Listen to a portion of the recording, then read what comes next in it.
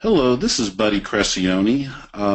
I wanted to go ahead and provide a 9100 revision overview of the key changes on behalf of Perry Johnson's Registrars to their community. I'll skip my introduction. I think you probably saw it on the invitation to the webinar, and just go ahead and get directly into the key changes presentation. The key changes presentation is something the 9100 team has provided as part of the deployment support materials that are available on the website, and that website is www.iaqg.org. If you go from there and hit Key Changes Presentation for 9100, you'll be able to find it. Okay, and with that, let's go ahead and get started. So here's what I'd like to cover today. First, the reasons for the revisions. Next, the team members and the timeline, the key changes and the implementation benefits. And if we have time, I'll do a clause-by-clause summary of the changes. This presentation is developed very well, where it can either be a very high-level presentation or a more detailed presentation. There's some spots where you can click for additional information. I'll demonstrate what that looks like so you can see.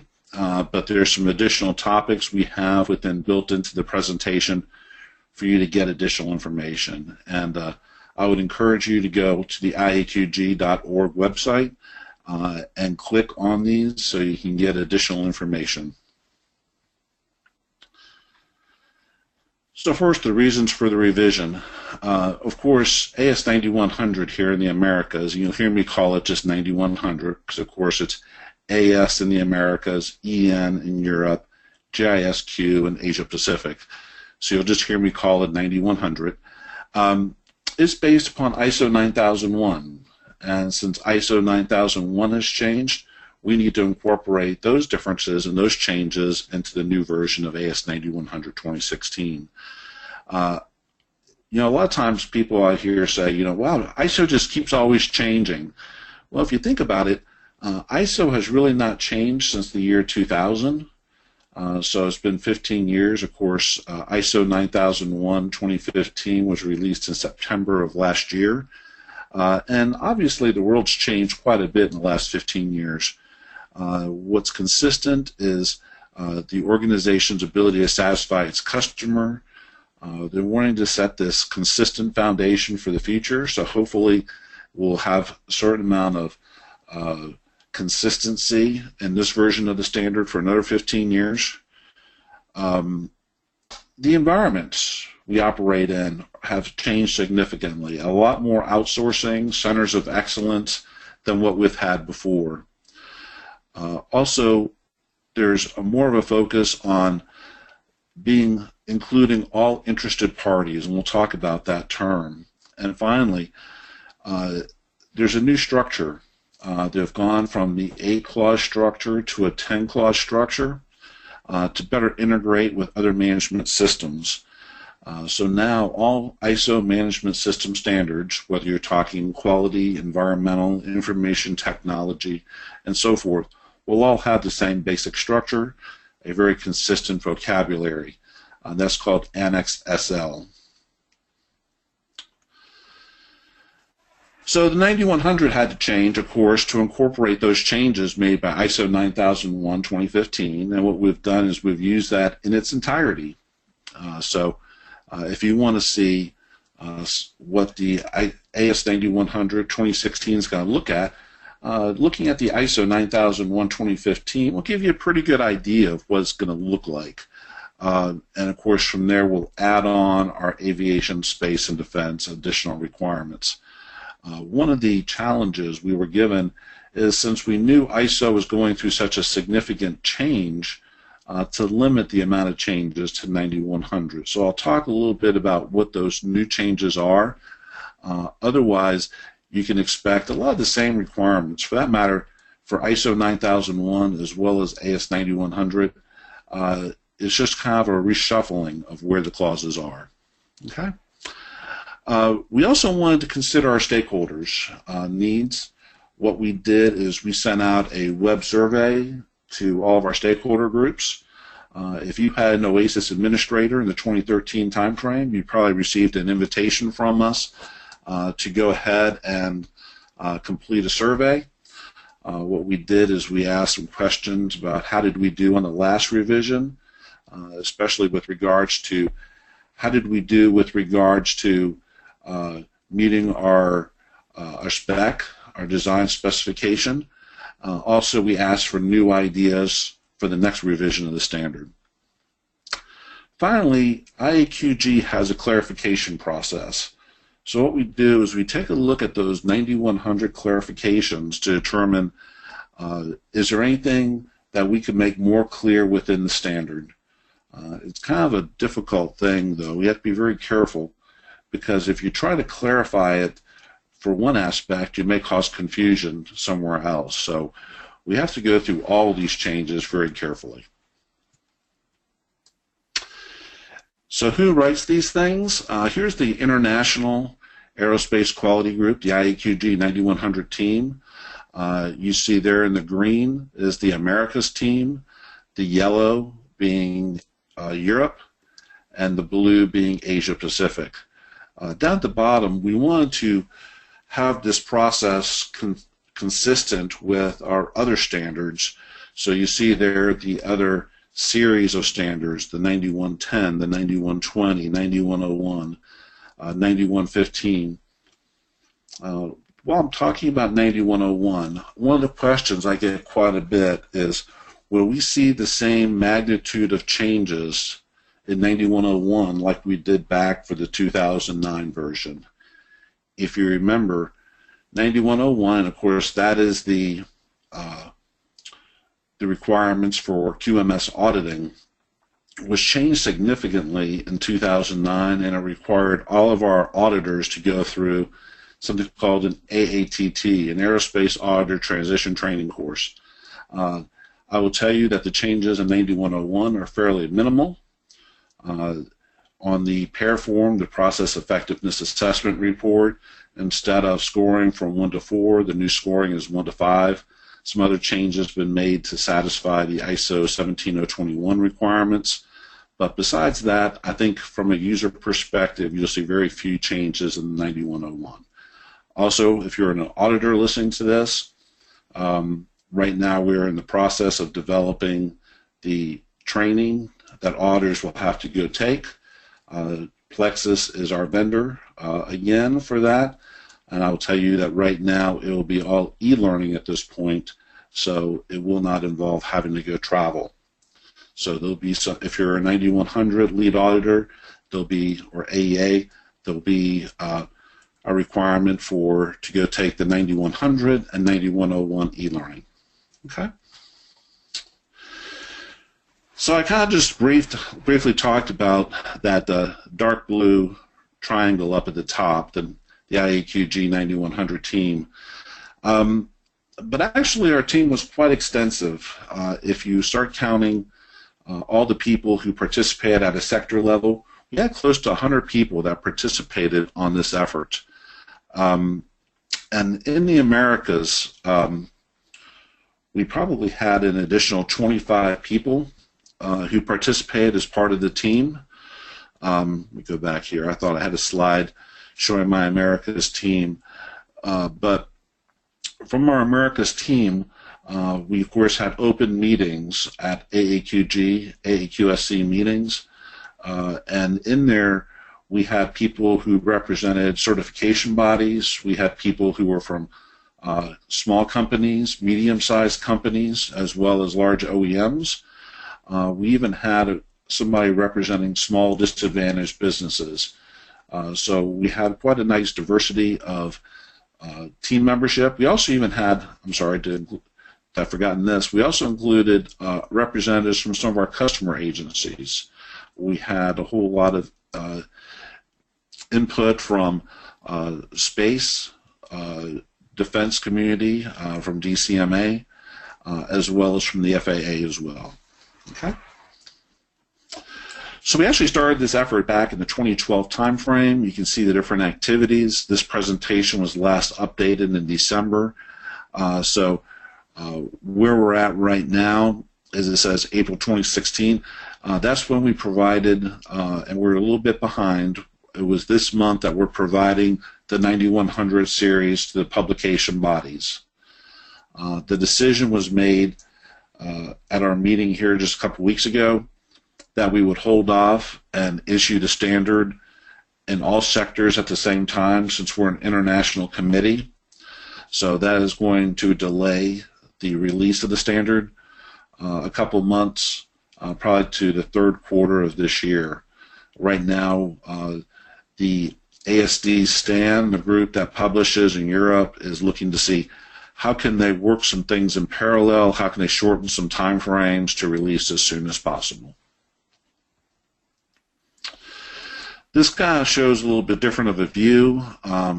You can see there that we work very closely along with some of the other 9100 series, looking at our internal dependencies as well as external dependencies with ISO. So it kind of shows you where we're at right now. Okay, so let's kind of talk some about the revision. First, we'll talk about some of the key changes from ISO 9001 2015. And of course, the first one here is the high-level structure, which I mentioned before is Annex SL, and terminology. So I'll show you how this click for more works. So you just go ahead and click the box, and it brings you to another set of slides on terminology and high-level structure. Here's the additional information highlighting some of the terminology changes from ISO 9001. Of course, you've heard that's gone from products to products and services, trying to be more inclusive of the service industry.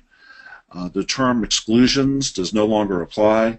Instead, it talks about within your scope of your system defining what's applicable, so you still can define what's not applicable within your system. Documentation, records, documented procedures, they have a new terminology. It's kind of interesting because I know people who would get into barroom fights about whether something was a document or a record. Well, guess what? ISO has now said it's documented information. If it talks about maintained documented information, it's talking about documents or procedures, retained being records. Please don't feel like you have to go rename all of your records, retain document information.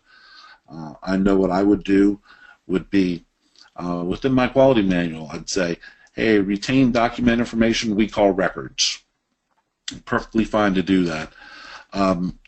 While I'm talking about document information, you know, I would say that ISO and also 9100 has provided users additional flexibility when it comes to documenting their quality management systems. This in no way means that you should go out and have a quality manual and procedure burning party at your facility. That is not the intent at all. The intent is why levy a requirement for you to have, for example, a documented quality manual and which restricts you from being creative to go about doing it different ways. So the next area, purchase product, it's interesting because, of course, in the past we had purchasing, we had outsourcing, and so forth. Now it's all included in a clause called externally provided products and services. So therefore, suppliers are called external providers. So this talks a little bit about the high-level structure. Kind of already talked a little bit about that, about being more efficient to be able to integrate among multiple management systems. We have more standardized core definitions now. This is the new structure. You see here it's clauses 4 through 10. Starts off with context of the organization, leadership, planning, support, and kind of in the planning set of clauses. Then do is the operation, which used to be called product realization. Check, which is your performance evaluation, and finally your act, your improvement. So you see there, when it's interesting, I was at a conference last week and people said, yep, I'm so glad that ISO has gotten away from PDCA and the process approach. Well, guess what? If anything, they have more embellished it and even more reinforce the process approach and PDCA. So that is very good, especially for those of us who remember back to when the system was really not integrated with our business as well as it should be.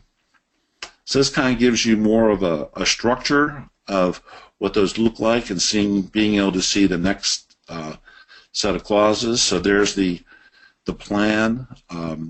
So in the context of the organization, you see there the understanding the context. How do I operate? Who are my interested parties? What's the scope of my system? This is where you'd be defining it, as well as my processes. Leadership, more focus on leadership rather than just management responsibility. That's also, you'll see policy, roles and responsibilities. 6, the planning. The new clause for risk and opportunity is there in section 6. Objectives and planning of changes. Support is clause 7. Making sure you have adequate resources, competence of personnel. Less focus on training, more about competence. Awareness, communication, and document information. 8, there's your do. Kind of the same kind of a structure we have today within section 7, where you have some planning activities, requirements for products and services. There's your design and development, control of externally provided processes, products and services, production and service provision. ISO has added a couple here though. Release of products and services, and control of non-conforming outputs. Performance evaluation. How do you monitor, measure, analyze, and evaluate? Here's your internal audit and your management review. And finally, your ACT, where you have your nonconformity for your system and corrective action system and continual improvement. So this does the same thing, just in tabular form.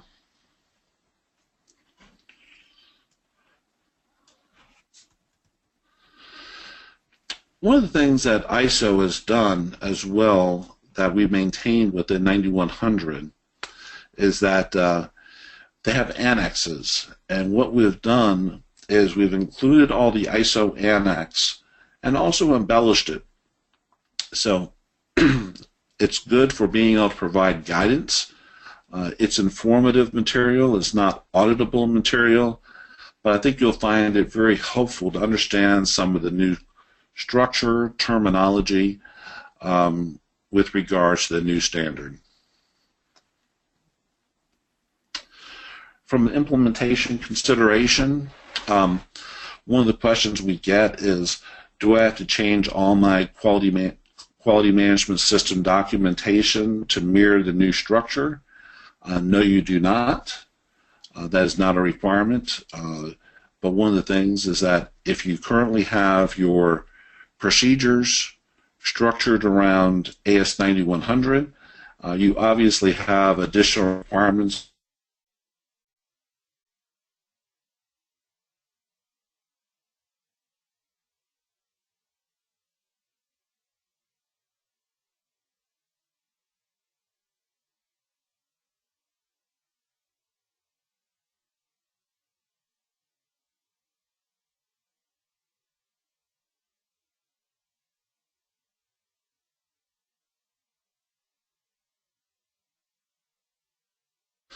This is an example of an interaction of processes. And remember, we went out here to get some additional information. The way you get back to the presentation is hitting this arrow in the lower right, and it brings us right back to the presentation. So I hope you have an opportunity to delve into this. This can be a 1-hour presentation if you just talk to it in the high level, which is what this will be. And if you have any questions, I would encourage you to go enter it into your questions tab, and then those will be read off to me at the end of the webinar.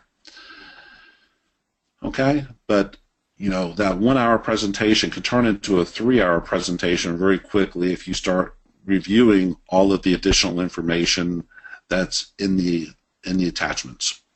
Excuse me. Okay, the next area, risk-based thinking. For those of you who are currently certified, you'll remember that in 2009, we introduced the concept of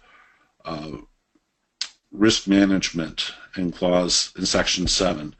And we focused very much on the fact that this was product-related risk management.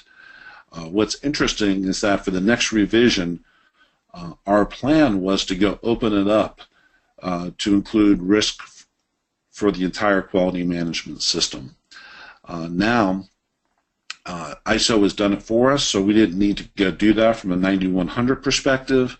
So what you'll find is that there's a risk-based thinking clause, and we talked about it briefly in clause 6.1, but also what you'll see is what we call sprinkling or peppering of risk-based thinking throughout the whole quality management system. So what I would encourage you to go do is, as you're looking at how you're going to go do risk-based thinking, look at what the requirements are in 6.1 and how am I going to go do that throughout whenever it references risk within the quality management system. This risk-based thinking replaces what we used to have for preventive action. Please do not think that ISO or AS9100 does not want you to think proactively or preventively. Of course it does. But one of the things about preventive action in the past is, of course, it was at the very end of the standard, 853. It had a listing of activities that you had to go do. Matter of fact, it required you to even have a documented procedure saying how you're going to go to do things in this order. You know, it would be interesting when I go out and do audits. I would see all kinds of wonderful examples of preventive action thinking. When I went to go ask them for records, they would have one example that they went to go put together for an auditor. Well, the nice thing about the risk-based thinking is that it's getting you to think proactively, just like preventive action, and having it baked in to your processes. So an excellent addition to both ISO as well as incorporated into 9100. The next area has to deal with the process approach. And I mentioned earlier that it's not only it's still included, I'd even say it's been more emphasized. In the beginning of ISO as well as 9100, you'll see examples of processes, kind of almost like a SIPOC, supplier input, process, output, customer view, as well as, once again, I've already covered PDCA and how the whole standard kind of talks about PDCA. PDCA is awesome because you can look at it from a macro system viewpoint, but also if I'm going to go do an audit of a fabrication department, let's say, I can go use PDCA thinking. How is the information planned? How do we do it? How do we check it? And then how we act upon those results. So once again, the process approach strengthened. The other aspect is, as you'll see, that ISO has added some requirements where the QMS is more integrated into the business process. So for example, what you'll see is that we talked earlier about the context of the organization. What is your organization? How do you operate? What's your business? Who are your competitors? Going into more information with regards to that. Also from the standpoint of there's a requirement that your quality policy and objectives are consistent with the strategy of the company. So once again, making sure that your quality management system is reinforcing the direction of your company, not just operate over here by the quality department by some person. One of the changes that ISO has made is ISO was actually trying to get away from the role of the management representative. The thinking of ISO was that those requirements still exist, but it's now the responsibility of top management to go do those things. Once again, with the ISO thinking of, we don't want this delegated down to just some poor soul over in quality. We want top management engaged in the system. From the 9100 team, we liked that thinking and we agreed with that thinking. But the problem with it is that leadership can still delegate some of those responsibilities, and they can delegate it to multiple people. So you no longer have a single person who's responsible, accountable, and has the authority to go do the system. So what the 9100 did is we added back in the requirement for the management representative, but also wanting to encourage people, making sure your top management is engaged. For those of you who are currently certified, you know that one of the requirements in doing audits is the fact that you're required to have top management of your company audited at least annually. So we were kind of, the aviation, space, and defense has been out kind of in front of some of this thinking to get top management of the company engaged. Okay. The next area I want to talk about is emphasis on change management. One of the things ISO does is it benchmarks itself against other standards, other excellence models, and when you look at Baldrige and some of these other excellence models, you notice that they have much more focus on change management. So there has been some additional emphasis on change management throughout the standard. So I would encourage you to go dig into that a little bit more. I already talked about preventive action being addressed through risk identification, mitigation. Lastly, introduction of knowledge management. You know, we've always wanted to maintain, you know, how do we capture knowledge within the business, document it so we have it so as people leave, we don't just have tribal knowledge that's walking out the door. So that's really what this is all about. It's about the fact of, you know, how do we capture that knowledge so we don't find instances where people are referring back to little crypt notes that they have, that we have information that's well documented. So it comes down to, within your organization, how do you share information? How do you capture that knowledge? So there's some good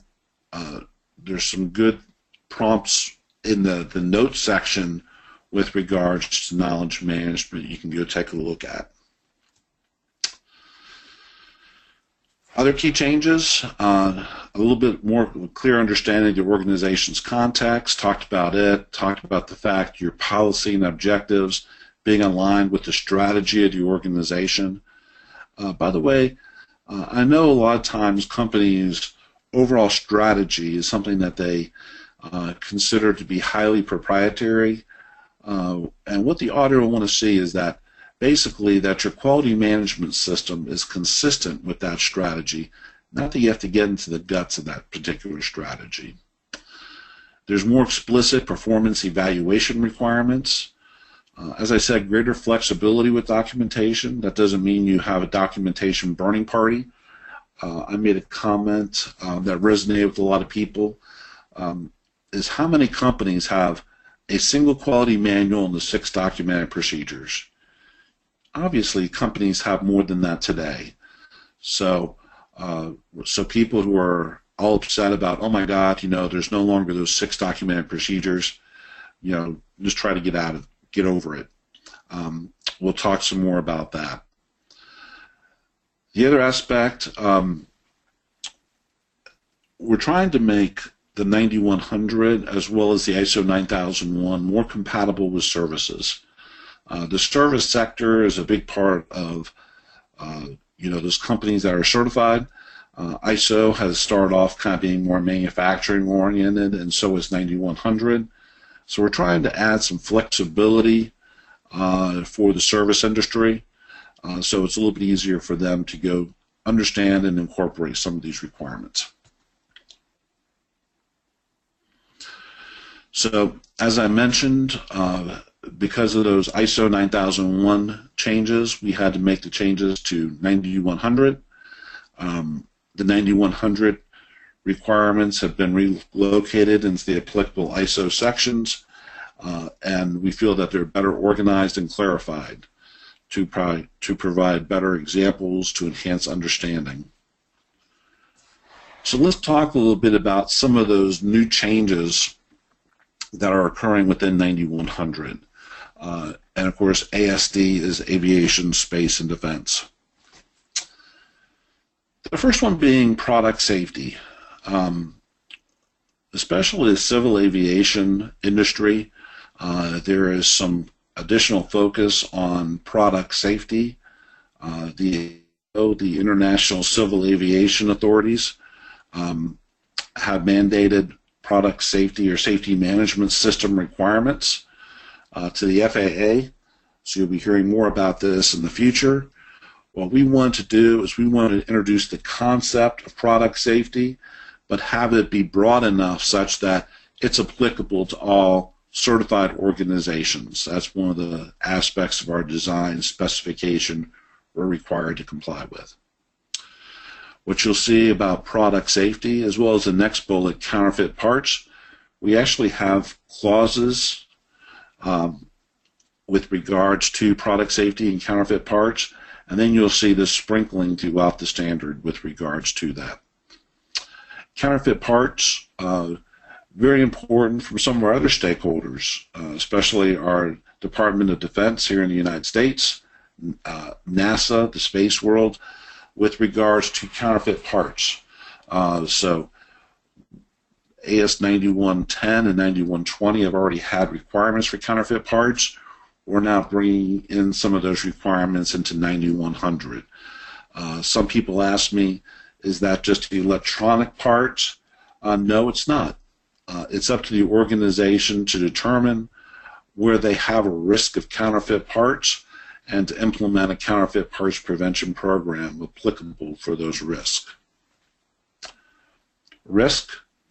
The risk words that were in the 2009 version of the standard are pretty much unchanged in the 2016 version of the standard for risk management. Since it applies, those requirements apply to operations, we now call it operations risk management. Configuration management. What we did is we pointed in the past to, and we actually used the paragraph sections within ISO 10007. ISO 10007 is kind of the practitioner of configuration management. Those have very specific meaning to those people who are configuration management professionals. The problem is that that is really not all of our user community. Some of our user community was like, hey, I just want to exclude this. I don't know what configuration audit is, for example. So what we did is we reworded configuration management in more simple to understand language to address those stakeholder needs. Awareness. I talked some about the fact that ISO 9001 has a clause on awareness. We added some things to the awareness section. One is that individuals, employees are aware of how they contribute to quality, also how they contribute to product safety, and the importance of ethical behavior. All right, all those things are important for employees to understand not only how they contribute to objectives, which has always been part of the standard, but also, knowing that if they don't follow the documentation, if they don't follow their work instructions, it can have a product safety aspect. If I stamp off work as saying that I completed it, we've always had an ethical responsibility to make sure that my stamp or my signature, that I take responsibility for it. So that's some things added to the awareness section. Finally, human factors. Many times we will see companies that in their root cause analysis will just say human error. Well, guess what? If we don't dig any further than that and don't ask some additional whys, we'll never get to the point of not having those recur. So human factors requires you to go further and say, why was there a human error? You know, am I having this person performing drilling operations at awkward angles that's leading to nonconformities? Am I forced, in order to make up production schedule, am I requiring my workers to work 14-hour days and such that everybody is just burned out? So what's the human factor aspect? So right now, within section 10, when you're taking corrective action, doing causal analysis, it has you look at human factors as appropriate. So in case you wanted to see, for example, what is all these changes on a single page, that's what this is. Your black regular text is the ISO 9001. The blue italics text is the 9100 additional text. So some of the implementation benefits. Of course, the goal is to produce and continually improve safe and reliable products. The products we make, you know, fly our warfighters, fly the flying public, fly our astronauts into space. There is no room for not having quality products. We want to make sure that we continue to meet or exceed customer and regulatory requirements. We want to maintain the endorsement from the FAA, NASA, DoD. We want to make sure our system is consistent with day-to-day business. You should be doing nothing different when it's audit day versus just day-to-day business. The documentation should reflect the work performed and the actions to be taken. The focus on the complete supply chain and the stakeholders. Fewer customer unique documents.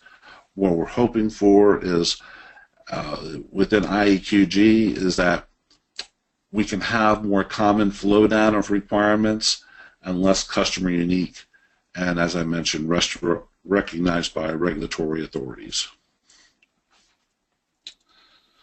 Okay, let's see here. We have about 20 minutes left. What I'd like to do is maybe go through this next area very quickly.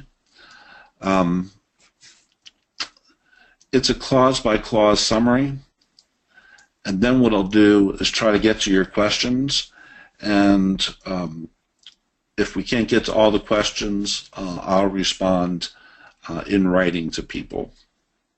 Okay? And so what this does is this kind of goes through clause by clause and highlighting some of the changes. And if it's ISO 9001, it's tan. If it's 9100, it's pale blue. Okay, so starting off in the general sections, they actually include verbiage about what does shall, should, may, and can mean. We've always had those terms, but now within the standards, we're actually defining those. Also, the principles, the 8 quality principles in the past, been skinny down to 7, very consistent with what the 8 were in the past. But before the 8 quality principles were included within ISO 9000 or 9004, now they're included right here within 9100. I already mentioned about the fact of schematic representations of a process and PDCA, additional definitions for counterfeit parts and product safety. Section 4, context of the organization. 4.1, dealing with what are appropriate external issues and internal issues. You can see the types of things it's asking you to go do to understand what's the business you're in, how do you operate.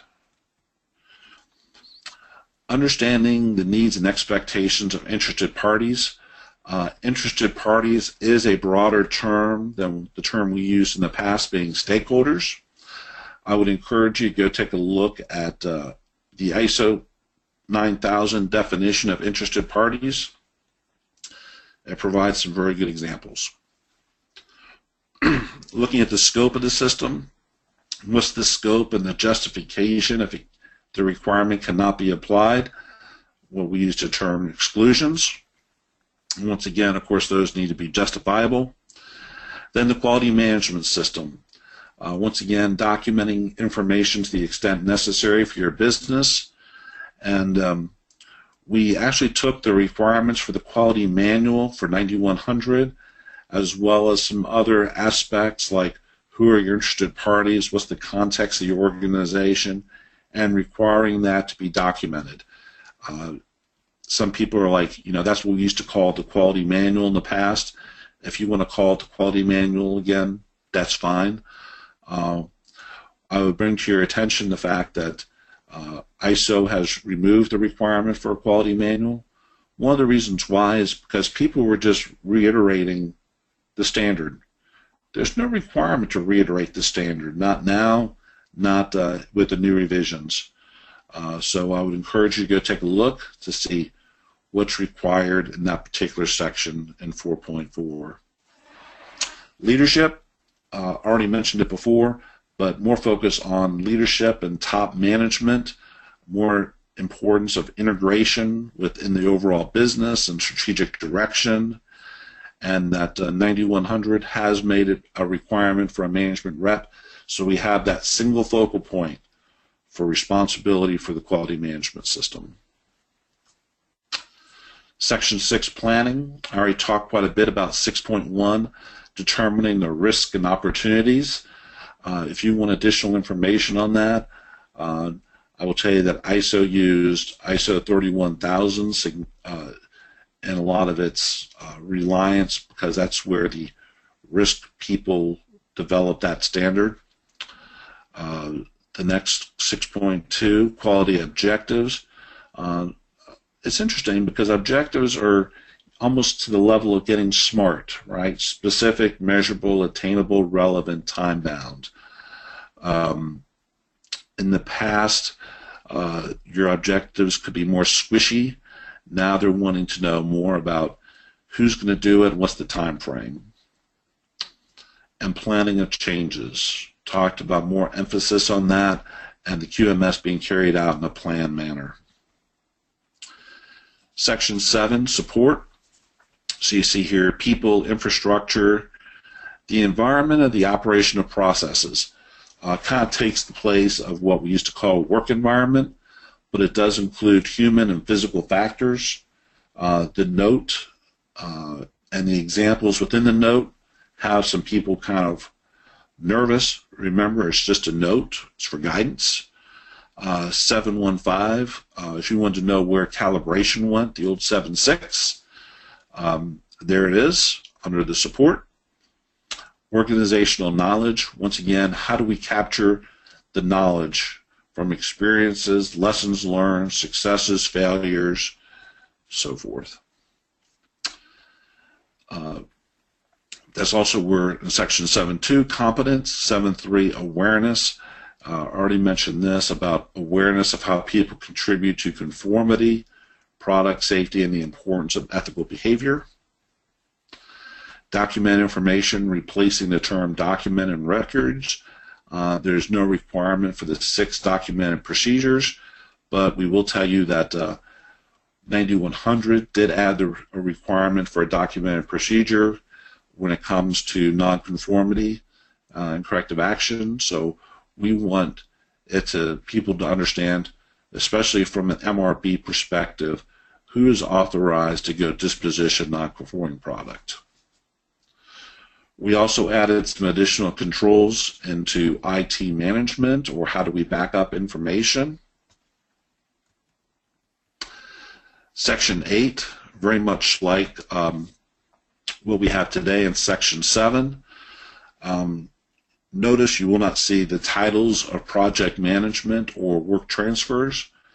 The requirement, the shall statements are still in there, but the titles were kind of confusing to people, so we removed the titles.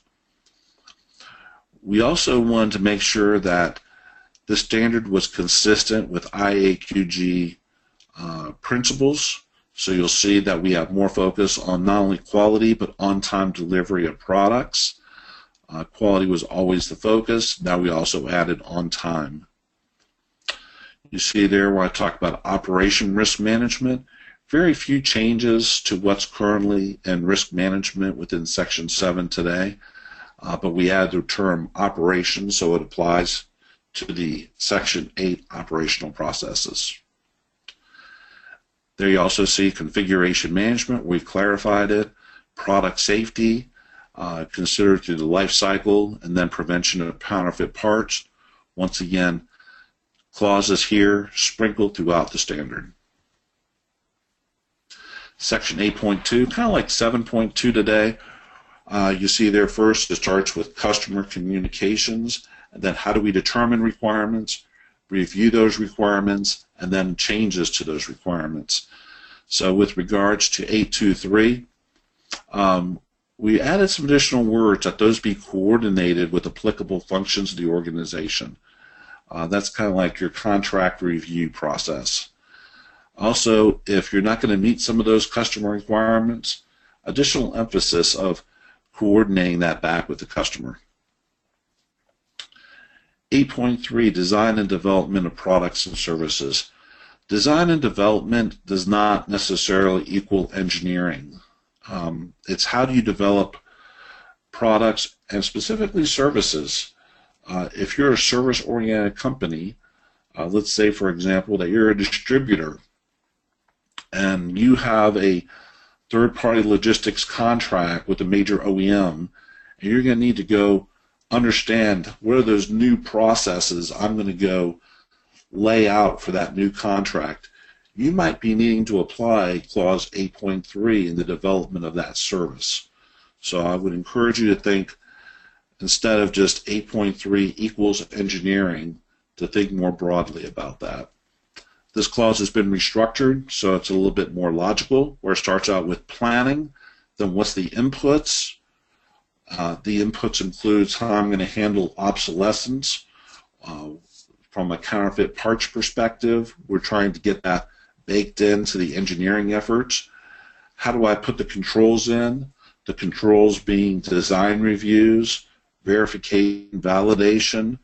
What are my outputs? And then finally, what are the changes? There's also a requirement for notifying customers when your changes affect customer requirements. 8.4, control of externally provided processes, products, and services. Takes this whole concept of purchasing and outsourcing together.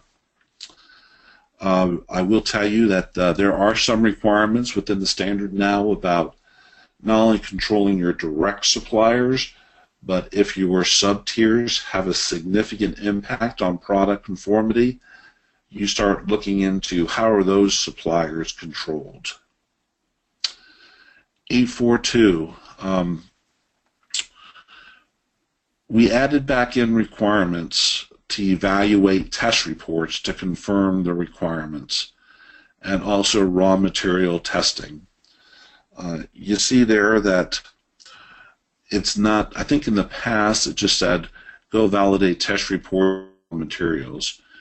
We tried to make it more specific, identified as significant operational risk. So for example, if I have critical items that I have raw materials for, where it is critical that that raw material is some kind of titanium alloy, I want to make sure that that is truly that titanium alloy.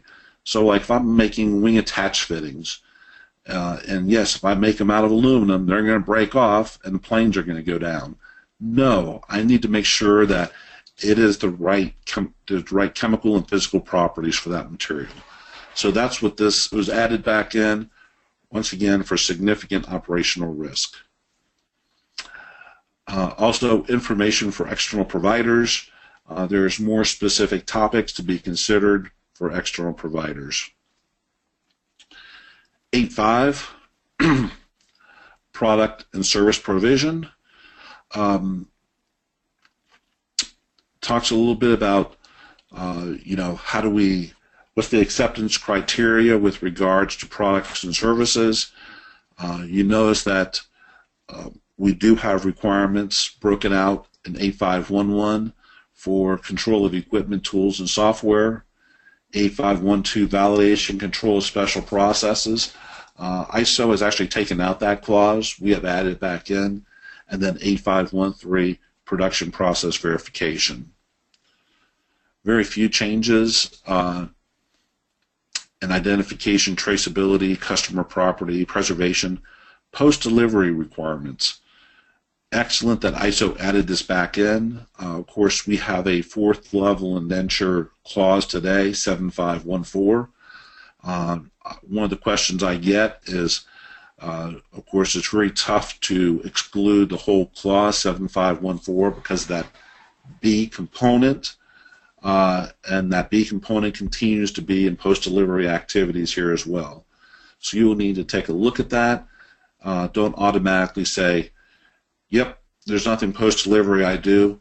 If you get warranty parts back in or return parts back in, you're doing some kind of post-delivery activities. Control of changes, additional emphasis on that. Release of products and services. How do we make sure that everything receives full inspection, verification, and we don't have product escapes going to our customer? Control of non-conforming outputs. Outputs include products and services. I mentioned earlier that there was an additional procedure requirement that 9100 added. This is where that procedure requirement is for aviation, space, and defense.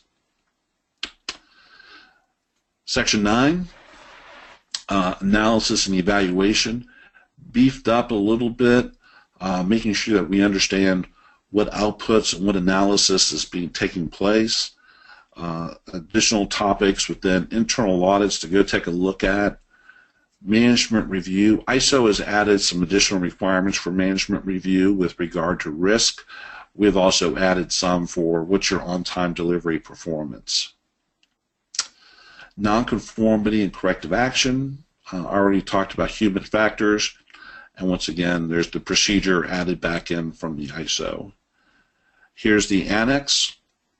We added additional information for risk management. And also we added a full list of IAQG standards. Remember, 9100 is only one of the standards IAQG publishes. We actually published 26 different standards. Okay? And with that, let's go ahead and see what kind of questions we have.